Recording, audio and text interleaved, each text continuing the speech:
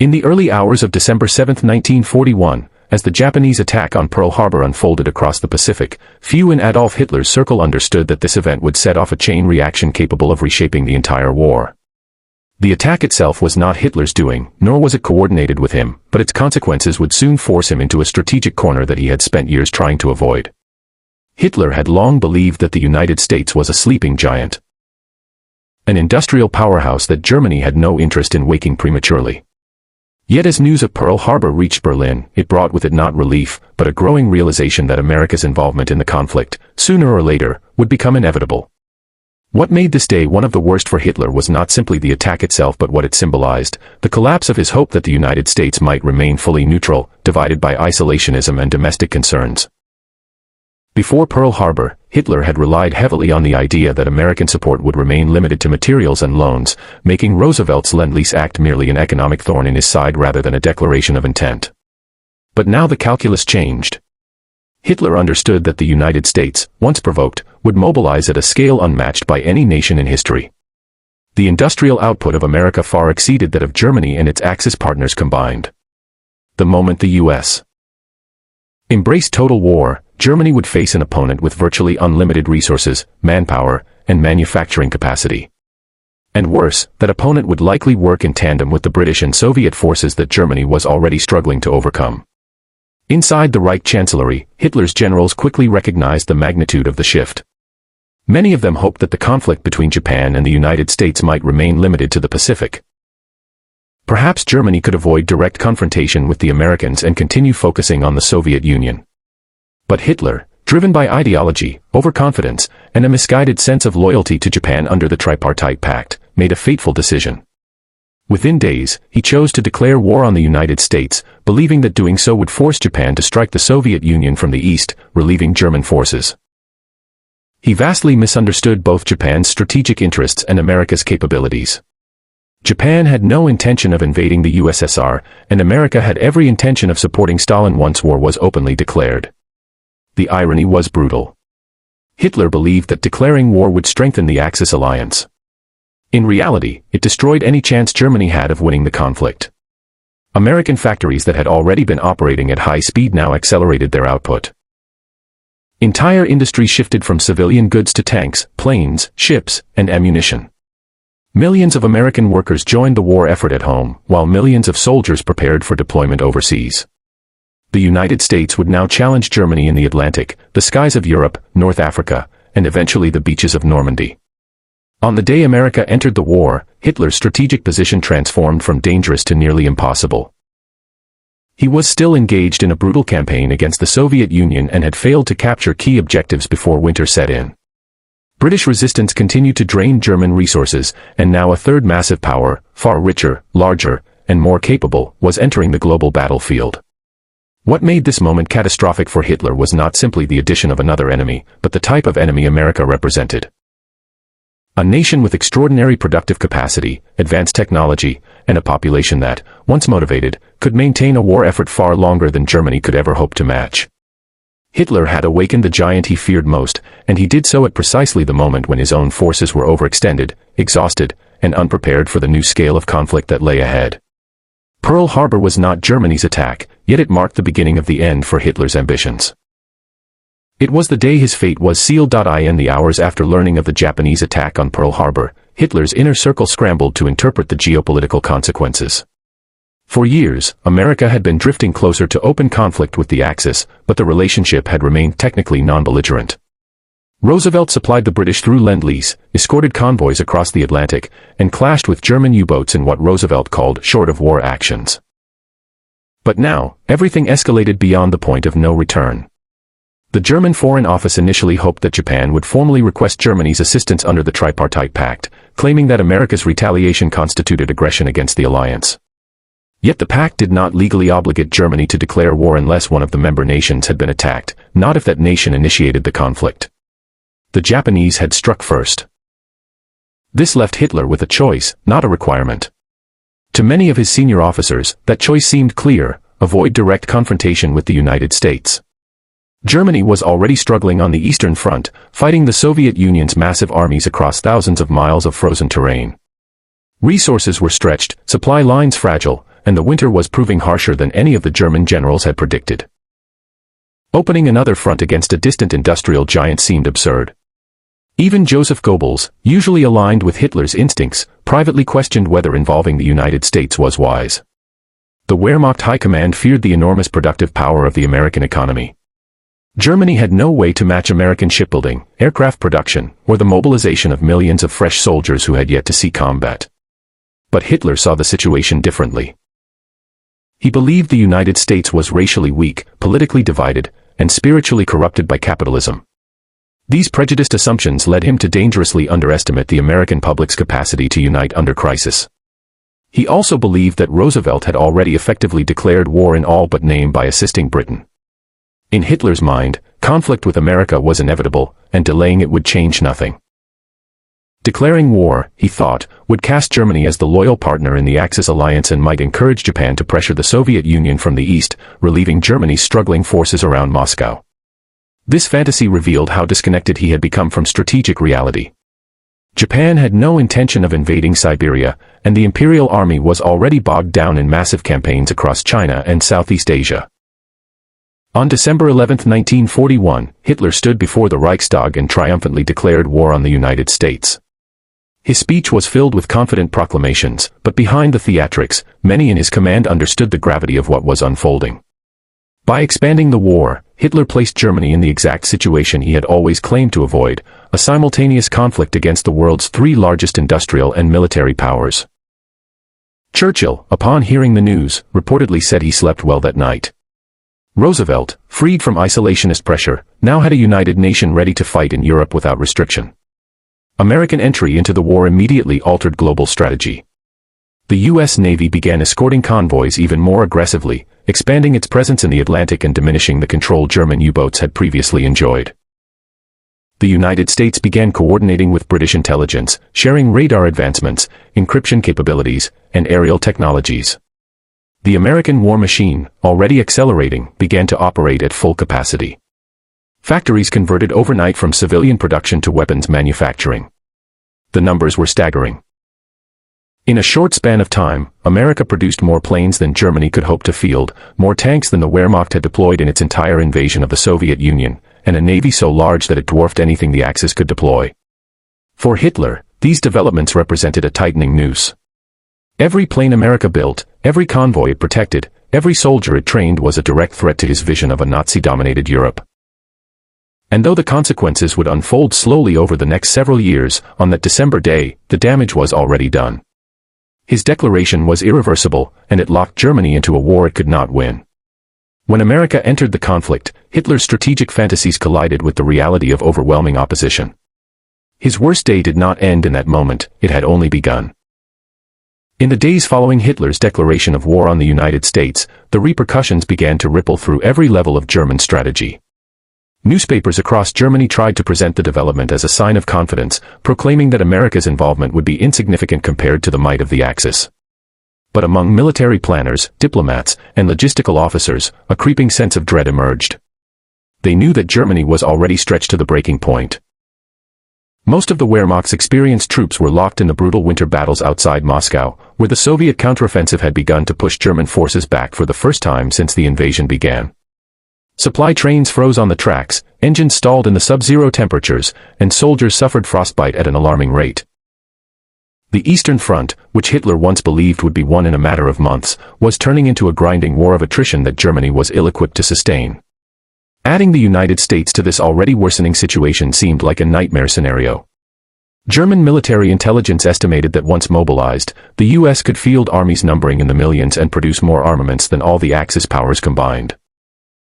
Even though it would take time for American forces to reach Europe, their entry alone ensured that Germany would face increasing pressure everywhere, the skies over the Reich, the shipping lanes of the Atlantic, and the battlefields of North Africa and beyond.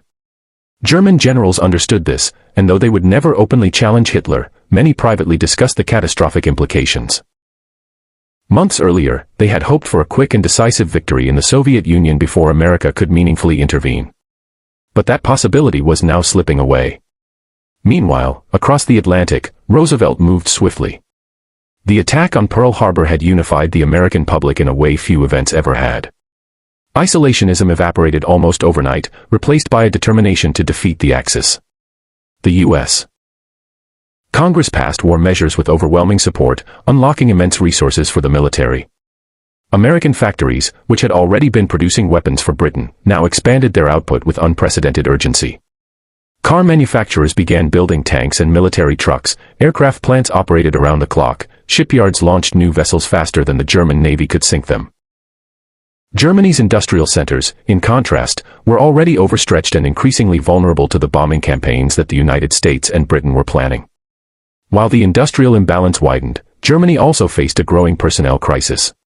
Hitler's armies were already fighting across vast territories. In North Africa, Rommel's forces were struggling to maintain supply lines stretched thin by British naval power. In the Balkans, German troops were bogged down managing occupations and suppressing resistance movements. On the Eastern Front, losses were mounting in both men and equipment. Unlike the United States, which could draw from an enormous pool of young soldiers and industrial laborers, Germany had no comparable reserves. Every casualty weakened the Wehrmacht's ability to sustain multiple fronts. Yet Hitler continued to project confidence. In speeches and radio broadcasts, he claimed that America was a decadent nation incapable of sustaining a long war. He mocked its democratic government and insisted that it lacked the unity to challenge the Reich. These beliefs were rooted not only in arrogance but in a profound misunderstanding of American society. Hitler failed to grasp how a democratic system could transform under threat, how quickly American industry could adapt, and how fiercely the nation would respond once attacked. His miscalculations would shape every major battle that followed. As the weeks passed, Hitler continued to make strategic decisions that deepened Germany's peril. Instead of consolidating his forces or preparing for the long war he now faced, he doubled down on offensive operations in the Soviet Union, insisting that victory was still within reach. He refused to listen to commanders who urged a temporary retreat or regrouping. He believed that superior willpower could overcome logistical failures and that ideological drive could defeat the material strength of the Allies. This stubbornness, combined with the fresh involvement of the United States, ensured that Germany's fortunes would continue their downward spiral. With America now fully committed to the war, the balance of global power shifted irreversibly. Even though the consequences would unfold over the next 4 years, the foundations of Hitler's defeat were set in motion immediately. The war he had hoped to dominate was transforming into a struggle he could never win, and every passing day pushed the Reich one step closer to collapse. If Hitler had feared the rise of American power, his actions ensured that fear would become reality. The worst day of his wartime career was not only the moment he declared war on the United States. It was the moment he realized, even if only subconsciously, that he had sealed his own fate. As winter tightened its grip on the Eastern Front, the impact of America's entry into the war became increasingly clear to the German High Command. Reports flowed into Berlin detailing the rapid mobilization happening across the Atlantic, an industrial awakening of a scale the world had never seen. Trains were being rerouted, factories were retooled, and American cities were transforming into engines of war. Hitler received these updates with characteristic dismissal, insisting that the United States lacked the discipline and ideological commitment to wage a long conflict. But the officers who studied the numbers saw something very different, a rising tide of production that Germany had no chance of matching. Every month that passed would widen the gap even further. At the same time, Germany's own economy was beginning to show the strain of overextension. The war had been raging for more than 2 years, and the initial advantages gained through blitzkrieg were fading. Raw materials were becoming harder to secure. Factories struggled to maintain output as skilled workers were sent to the front. And while German cities had not yet faced the full brunt of Allied bombing, there was an increasing awareness that the skies above the Reich would soon be contested territory. The Luftwaffe, once unmatched in Europe, was now dealing with shortages in fuel, replacement aircraft, and experienced pilots. The entry of the United States meant that the skies would not only be contested, they would eventually be dominated by the Allies. In North Africa, the arrival of American forces created immediate complications for Rommel's Afrika Korps. The British, already fighting to hold their ground, now had a partner capable of supplying enormous amounts of equipment and manpower. American tanks, artillery, and aircraft poured into the region, bolstering Allied morale and stretching German logistics to their breaking point. Rommel, who relied on long and fragile supply lines across the Mediterranean, found it increasingly difficult to maintain offensive pressure. Every ship carrying supplies from Italy risked being sunk by Allied naval and air power. With America in the war, those risks multiplied, and the flow of vital materials slowed to a crawl. Meanwhile, in the Atlantic, the U-boat commanders who had once terrorized Allied shipping lanes now faced a formidable adversary. The U.S. Navy expanded rapidly, deploying new destroyers, aircraft carriers, and anti-submarine technologies. American shipyards launched vessels at such a pace that Allied losses could be replaced faster than the Germans could inflict them. Convoy systems became increasingly effective as American and British forces coordinated strategies, shared intelligence, and improved detection methods. The technological edge began to shift decisively. Radar, sonar, advanced depth charges, and long-range patrol aircraft turned the Atlantic into a dangerous environment for U-boats. What had once been the pride of Germany's naval strategy was now bleeding losses that could not be replaced. Back in Europe, Hitler faced mounting pressure from his generals to reconsider his decisions. Some urged a defensive posture to buy time, others recommended negotiating separate agreements or adjusting priorities. But Hitler refused to acknowledge the growing threat posed by the United States. He clung to the belief that the Soviet Union remained the primary enemy and that Germany could secure victory through sheer determination. His ideological hatred of communism blinded him to the broader strategic landscape. Instead of adapting, he pushed for renewed offensives in the East, demanding that his exhausted troops continue fighting in conditions that defied survival. As 1942 approached, the consequences of Hitler's decision to declare war on the United States became undeniable. Germany was fighting battles on too many fronts, with too few resources, against enemies who were becoming stronger by the month. America's involvement brought not only military might but also coordination, planning, and cooperation between allied nations. The British gained a partner capable of sustaining long-term operations. The Soviet Union received increased supplies and support through Arctic convoys, helping them hold the line against Germany's massive eastern offensive. Hitler had hoped that the war would be decided quickly, before America could fully awaken. Instead, he had guaranteed that the conflict would become global, industrial, and unrelenting. His miscalculation was not just strategic, it was existential. The rise of American power signaled the beginning of the end for the Third Reich. And as the months unfolded, even the most loyal members of Hitler's command began to understand that the war had shifted irreversibly against them. As 1942 unfolded, the full implications of America's entry into the war began to reshape every corner of the conflict, and Germany found itself reacting rather than controlling events. Hitler, once the architect of rapid surprise offensives, was now confronted by enemies who possessed not only more resources but also a level of coordination that the Axis powers could not match. Inside Germany, the propaganda machine worked overtime to maintain the illusion of inevitable victory, but beneath the surface, a sense of looming crisis crept into strategic discussions. Reports circulating within the Wehrmacht detailed the growing industrial imbalance. American factories were already outperforming German production in nearly every category: ships, aircraft, trucks, weapons, and ammunition. And unlike Germany, America was not yet stretched or exhausted. It was just getting started. In early 1942, the United States launched its first major industrial surge. Civilian car companies transitioned into tank production lines. Aircraft manufacturers rapidly expanded their facilities. Shipyards along the coasts churned out Liberty ships at unprecedented speeds, sometimes completing a vessel in mere days. For Germany, this was a terrifying development. Even if the Wehrmacht achieved tactical victories in the field, the sheer volume of material that America could supply to its allies made long-term German success improbable. The German economy, though highly organized, had already reached its limits. Workers were conscripted from occupied territories, yet even forced labor could not bridge the widening production gap. The German leadership began to debate how to counter this emerging threat. Some officers proposed intensifying submarine warfare to choke off American supplies before they reached Europe. Others suggested that the Luftwaffe focus on strategic bombing of Allied shipping and ports. But every proposal faced the same central problem: Germany no longer had the capacity to sustain major offensives. U-boat losses increased rapidly, making long-term campaigns risky. Aircraft shortages prevented the Luftwaffe from launching large-scale operations. And with the Eastern Front devouring men and equipment, Hitler refused to divert significant resources elsewhere. His insistence on pushing deeper into Soviet territory dominated strategic decisions, leaving little flexibility to counter America's rising power. The Allies, by contrast, seemed to grow stronger each month. Cooperation between the United States and Britain deepened.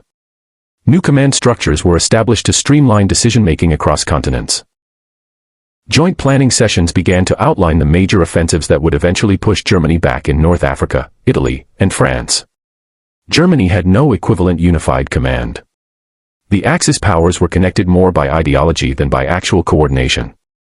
Japan focused on its Pacific conquests, Italy struggled to maintain its weakening positions, and Germany had to bear the majority of the burden alone. The war was no longer one of lightning strikes and quick victories. It had become a contest of endurance.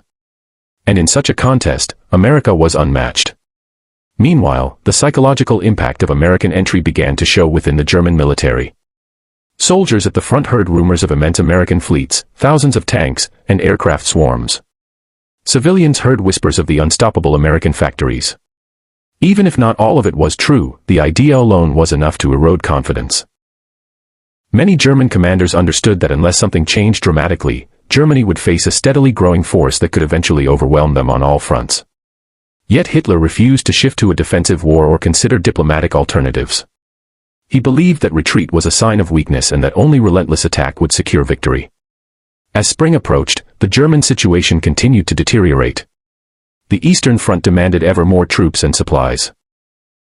The Afrika Korps struggled against increasing pressure from the Americans and British. The Kriegsmarine watched helplessly as U-boat losses mounted. Germany had entered the war expecting to dominate Europe through speed and shock. But now it faced a reality it had never prepared for, a prolonged, industrial, global conflict against adversaries who grew stronger every day. Hitler's declaration of war on the United States had seemed like a bold move to him. A way to assert control and solidify alliances. Instead, it created a strategic trap from which Germany could not escape. America's entry ensured that time was no longer on Hitler's side. Every passing day brought new American soldiers, new American ships, new American planes, and new American resolve. The war had changed irrevocably, and Germany's path forward grew darker with every sunrise. By mid-1942, the war had transformed into a struggle that bore little resemblance to the rapid conquests that had characterized Germany's early victories. As American troops began arriving in greater numbers and American equipment poured into Allied hands, the psychological and strategic balance irrevocably shifted.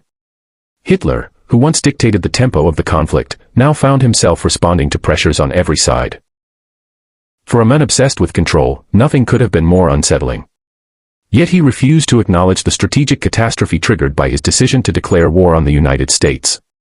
Instead, he doubled down on his belief that sheer willpower and ideological conviction would triumph over material superiority, a belief that would drive Germany deeper into the abyss. In Washington and London, planners worked tirelessly to transform America's raw industrial power into military action. By the summer of 1942, American bombers were participating in missions over Europe, contributing to the growing campaign that targeted German factories, railroads, and shipyards. Although these early raids were costly and often met fierce resistance, they marked the beginning of a relentless aerial onslaught that Germany could not afford to ignore. The Luftwaffe, once feared throughout Europe, was increasingly stretched thin. Many of its experienced pilots had been killed over Britain or Russia, and training new ones took time Germany no longer had. Every American bomber shot down could eventually be replaced, every German pilot lost was a blow that could not so easily be remedied. Meanwhile, American supplies reached the Soviet Union through treacherous Arctic convoys. These missions, carried out in icy waters patrolled by German U-boats and aircraft, brought tanks, aircraft, trucks, ammunition, fuel, and food to a nation fighting for survival. The equipment did not just bolster Soviet defenses, it helped keep the Red Army moving. The United States was not just a new enemy, it had become the lifeline of Hitler's most dangerous adversary. Every American truck that rolled eastward meant food for Soviet soldiers. Every American aircraft that arrived supported Soviet counterattacks. By helping the USSR absorb Germany's offensive blows, the United States indirectly drained Germany's strength on the Eastern Front, where its fate would ultimately be decided. Hitler, however, refused to grasp the scale of the danger. He remained convinced that a decisive victory in the East would topple Stalin and free Germany to focus on the Western Allies. This belief drove him to launch massive summer offensives that consumed enormous amounts of men and supplies. His attention remained fixated on securing oil fields, capturing key cities, and dealing a crushing blow to the Soviet war machine. But the resources required for these campaigns left the Western Front dangerously exposed. German commanders stationed in France begged for reinforcements, warning that Allied landings were increasingly likely. Hitler dismissed their concerns, believing that the United States and Britain lacked the strength for a large-scale invasion. In this, as in so many other areas, he miscalculated disastrously. As American involvement deepened, cooperation between Allied forces reached unprecedented levels. Intelligence was shared in real time. Technological advancements were exchanged. Plans were coordinated across continents. American engineers improved British radar. British scientists helped refine American bomb sites. Joint operations were planned with meticulous detail, integrating land, sea, and air power. Germany, by contrast, suffered from fractured communication between branches of its own military, rivalry among commanders, and a leadership structure distorted by Hitler's increasing paranoia. The German people, though still subjected to relentless propaganda, could sense the shifting tides. Letters from the front carried stories of overwhelming Allied firepower. Civilians noticed shortages growing more severe. Air raid sirens wailed more frequently. And beneath the surface of enforced optimism, a quiet fear took hold. Men and women began to understand that America's entry into the war meant something irreversible. Germany was now fighting an enemy whose resources bordered on limitless, whose morale had been hardened by attack, and whose determination grew stronger as the war expanded. By late 1942, the truth had become unavoidable. Hitler's decision to declare war on the United States, the act that turned a European war into a global one, had placed Germany on a collision course with forces it could never possibly defeat. And though he continued to speak of destiny, victory, and unbreakable resolve, many of those closest to him privately acknowledged what Hitler himself refused to admit: America's arrival had changed everything, and the Reich was now living on borrowed time. By the close of 1942, the weight of America's growing presence in the war pressed down on every German front, from the deserts of North Africa to the endless expanse of the Eastern Front. What had once been a conflict that Germany controlled through speed and surprise had become a global contest of production, endurance, and coordination, one in which Germany was hopelessly outmatched. Hitler still projected confidence in public speeches, insisting that victory was certain, but behind closed doors his tone shifted. He became more irritable, more distrustful, and more determined to micromanage military decisions. The entry of the United States had not only altered the balance of power, it had intensified the internal dysfunction within the German leadership. Nowhere was this more evident than in the growing strain on German logistics. Even before America entered the war, the Wehrmacht struggled to maintain supply lines across vast distances. But now, as American factories flooded the Allied forces with trucks, fuel, spare parts, and supplies, the disparity became nearly impossible to overcome. German soldiers often fought with dwindling ammunition, worn-out uniforms, and insufficient winter gear. Meanwhile, American equipment arrived fresh, standardized, and mass-produced. A single American factory could produce more trucks in a month than Germany could in an entire season. These trucks became the lifeblood of Allied advances, moving troops and artillery with a speed Germany could no longer counter. On the Allied side, coordination between American and British forces grew stronger with each passing month. Joint command structures began to take shape, combining British experience with American manpower and industrial strength. Plans for major offensives were discussed in detail, and leaders like Eisenhower, Marshall, and Churchill worked closely to ensure cooperation on every front. Intelligence agencies shared intercepted German communications, and both nations used their combined naval power to tighten the blockade around Europe. Germany's isolation deepened. Raw materials became harder to obtain, and every shipment risked interception. American naval forces, supported by new technologies and vast shipbuilding efforts, reduced the once feared U-boat threat more quickly than German admirals had imagined possible. In North Africa, the presence of American troops grew more decisive. Rommel's Afrika Korps, already weakened by months of overextension, found itself trapped between strengthened British forces and fresh, well-supplied American units. The sheer number of American tanks, aircraft, and vehicles forced Rommel into a defensive posture he had long warned against.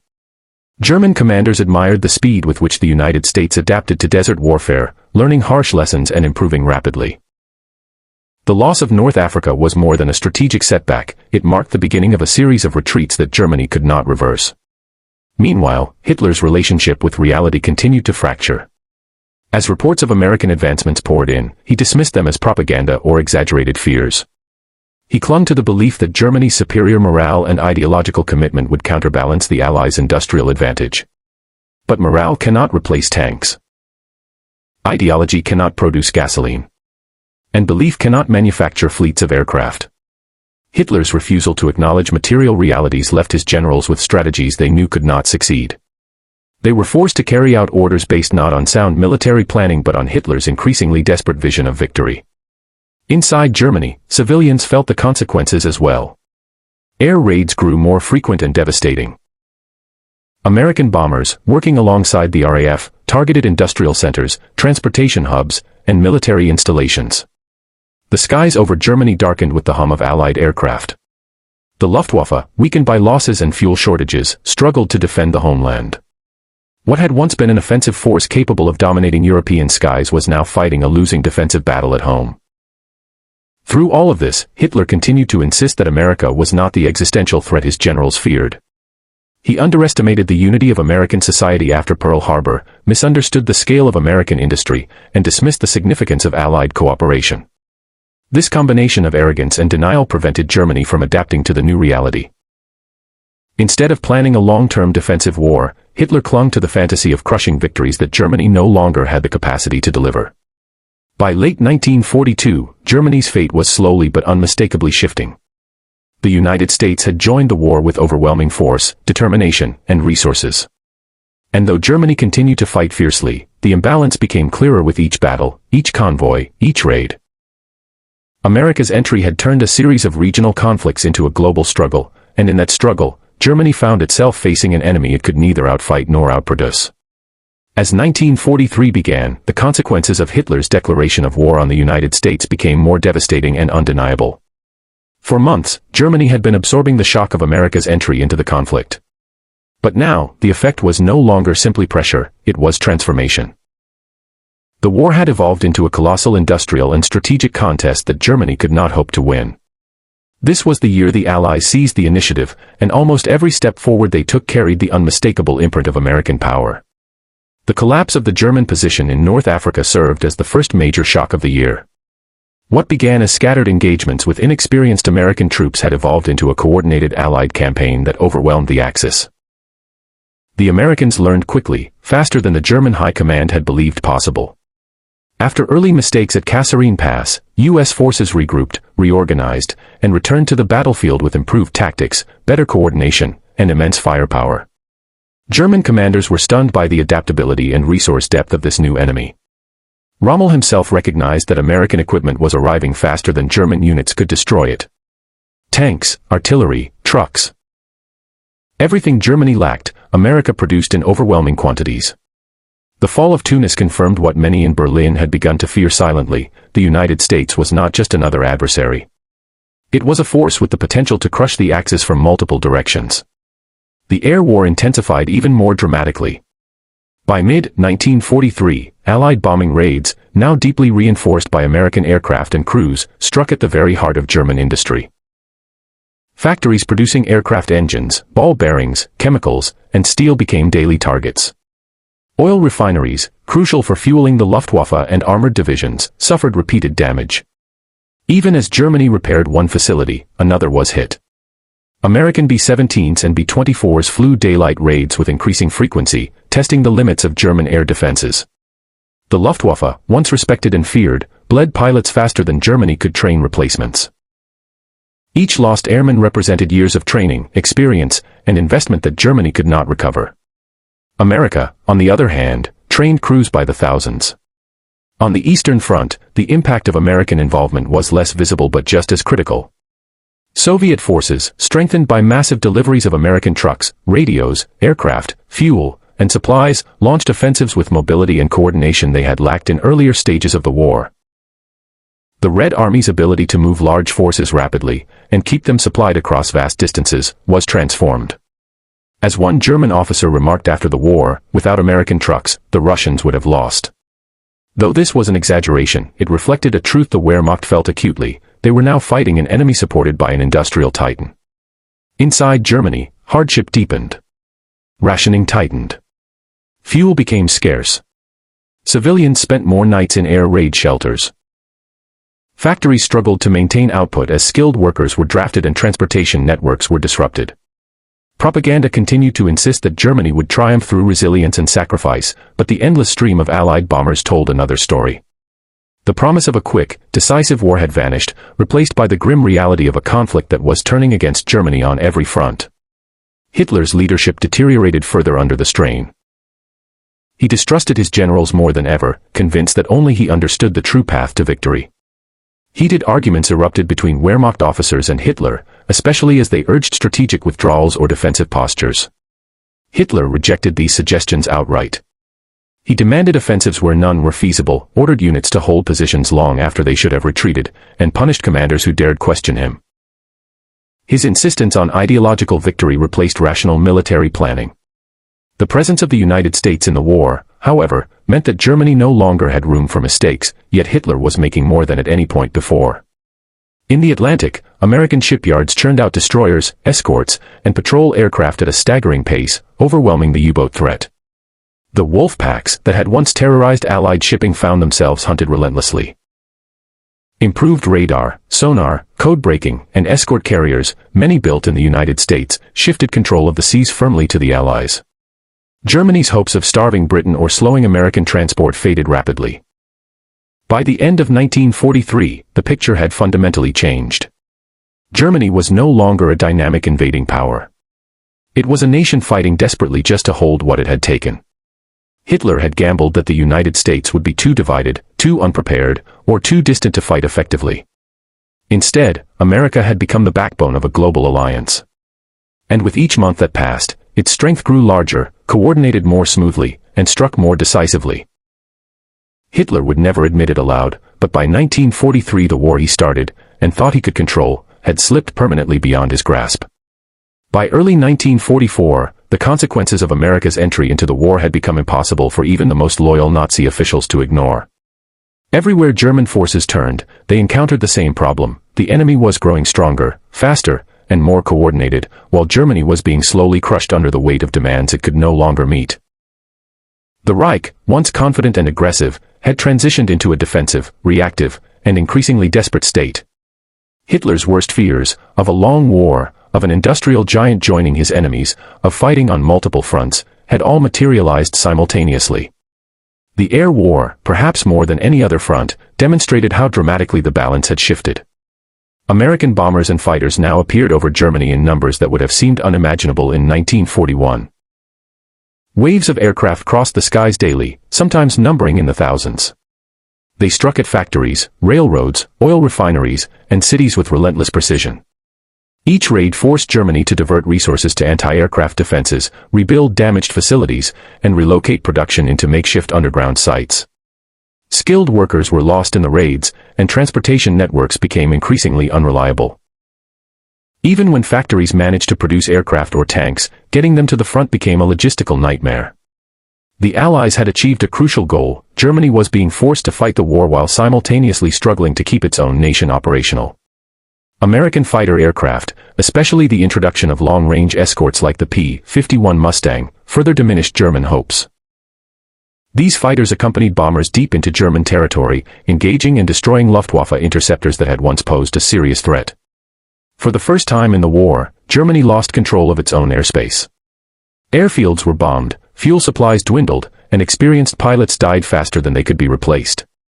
Hitler demanded more aircraft, more sorties, more resistance, but the Luftwaffe was collapsing. The skies no longer belonged to Germany, and that reality shaped the ground war that followed. Meanwhile, in Italy, the combined British and American forces pushed slowly but steadily northward. The campaign was grueling, defined by harsh terrain and strong German defenses, yet the Allies advanced regardless. Germany was forced to commit elite divisions to the Italian theater, units that would have been desperately needed in France or on the Eastern Front. American artillery, engineering units, and logistical power proved decisive time and time again. Even where the Allies faced setbacks, the pattern became unmistakable. Germany was fighting well but losing anyway. In the Atlantic, the situation was even more dire for Germany. American shipyards had turned out more cargo vessels, escorts, and carriers than the U-boats could possibly sink. The Battle of the Atlantic, once a struggle for Britain's survival, had flipped entirely. Advanced radar, improved tactics, and overwhelming naval production allowed the Allies to escort convoys safely while hunting submarine packs with precision. The supply lines bringing American tanks, ammunition, rations, and men to Europe were now secure. Thousands of ships moved across the ocean with impunity, building up an Allied force the Germans could hardly comprehend. Inside Germany, morale continued to erode. Cities lay in ruins. Families lived in constant fear of nighttime air raids. Food became scarcer as transportation networks failed. Letters from the front painted a picture of an army stretched too thin and fighting too many battles at once. Even loyal German officers confided in diaries and to one another that the war was likely lost. Yet open defeatism remained dangerous. Hitler's Gestapo ensured silence through intimidation and imprisonment. Amid all this, Hitler continued to misjudge the strategic situation. He convinced himself that Allied unity would fracture, that political disagreements might delay a major invasion of France. He believed that his Atlantic Wall fortifications could repel any landing. He trusted faulty intelligence and dismissed accurate reports. Above all, he refused to confront what had become abundantly clear: the United States had transformed the war. Its industrial power had rebuilt the British military, sustained the Soviet advance, crushed the U-boat menace, overwhelmed the Luftwaffe, and placed millions of American soldiers and mountains of equipment onto British soil. The stage was being set for the greatest test Germany would ever face. And Hitler, despite his proclamations of confidence, could not stop what was coming. The Allies had grown too strong. America had changed the war too completely. The moment that would reveal just how hopeless Germany's position had become was approaching rapidly. By mid-1944, the consequences of Hitler's declaration of war on the United States had reached their most devastating expression. What began on that December day in 1941, Hitler's rash, emotionally charged decision to challenge a nation with unmatched industrial potential, had now materialized into the most formidable invasion force in modern history, gathering across the English Channel. The Allies, built on America's enormous production capacity and Britain's strategic experience, prepared to strike at the very heart of German power in Western Europe. The German High Command understood the magnitude of what was approaching, but even their darkest estimates did not match the sheer scale of the storm that was about to break. In the early morning hours of June 6, 1944, Hitler's worst nightmare became reality. Tens of thousands of American, British, and Canadian troops stormed the beaches of Normandy, supported by an armada of ships so vast that German soldiers described the horizon as filled with metal. American troops landed on Omaha and Utah beaches, pushing through deadly fire to secure footholds that would eventually become launch pads for the liberation of Europe. The presence of the United States was unmistakable. It was not simply one nation among many. It was the driving engine of the invasion, supplying the majority of the ships, vehicles, aircraft, and soldiers involved in the assault. Germany had anticipated an invasion, but its defenses were incomplete and poorly positioned. Hitler had ignored or overridden the advice of his own generals, insisting on holding armored divisions inland instead of allowing them to respond quickly to a beach landing. He misread Allied deception efforts, believing the main attack would come at Pas-de-Calais. When reports of the Normandy landings reached him, he dismissed them as diversions. Hours were wasted, hours Germany could not afford. By the time Hitler accepted that the invasion was real, Allied forces had already secured enough territory to begin moving artillery, vehicles, and fresh troops ashore in overwhelming numbers. Once the beachheads were established, the full weight of American industry rolled into France. Endless columns of trucks, tanks, and supplies poured from the ships to the front lines. The famous American Red Ball Express, a non-stop network of supply convoys, kept the Allied armies fueled, fed, and fighting. German commanders were stunned by the speed with which the Americans replaced losses and reinforced their positions. Every destroyed tank was followed by two more. Every fatigue-worn unit was replaced by a fresh division. German forces, by contrast, were exhausted, undersupplied, and outnumbered. The sky over Normandy belonged to the Allies. American and British aircraft patrolled relentlessly, striking German columns, disrupting reinforcements, and securing total air dominance. German soldiers learned to move only at night to avoid annihilation from above. Even then, American radar and patrols often intercepted them. The war that Hitler had once waged with lightning speed had turned against him with an even more devastating kind of lightning, one powered by factories, oil refineries, and assembly lines thousands of miles away. As the Allies broke out of Normandy and swept across France, the truth became undeniable: Germany could no longer control the direction of the war. American forces advanced rapidly, liberating cities and capturing territory faster than German commanders could respond. The French resistance, supplied and coordinated by Allied intelligence, rose up behind German lines. Logistics that Hitler had once considered Germany's strength now became its downfall. The Wehrmacht could not move fuel, ammunition, or reinforcements without risking destruction from Allied air power. By late 1944, American forces were approaching Germany itself. The Reich's borders, once extended deep into Europe, had shrunk dramatically. The German economy was collapsing under Allied bombing. The Eastern Front was imploding under Soviet advances supported indirectly by American industry. The Third Reich was fighting on every front and losing all of them. Hitler, secluded in his increasingly delusional inner circle, still spoke of miracles, new weapons, surprise counterattacks, divisions that no longer existed. But even his loyal generals could see the truth. America's entry into the war had made Germany's defeat inevitable. The industrial titan Hitler believed would be slow, indecisive, and uncommitted had become the decisive force in Europe. The chain reaction that began with Pearl Harbor had reached its final stage, the complete collapse of the world Hitler tried to build. In the end, the day America entered the war marked the beginning of the end for Nazi Germany. Hitler didn't recognize it at the time, but history would make it unmistakably clear.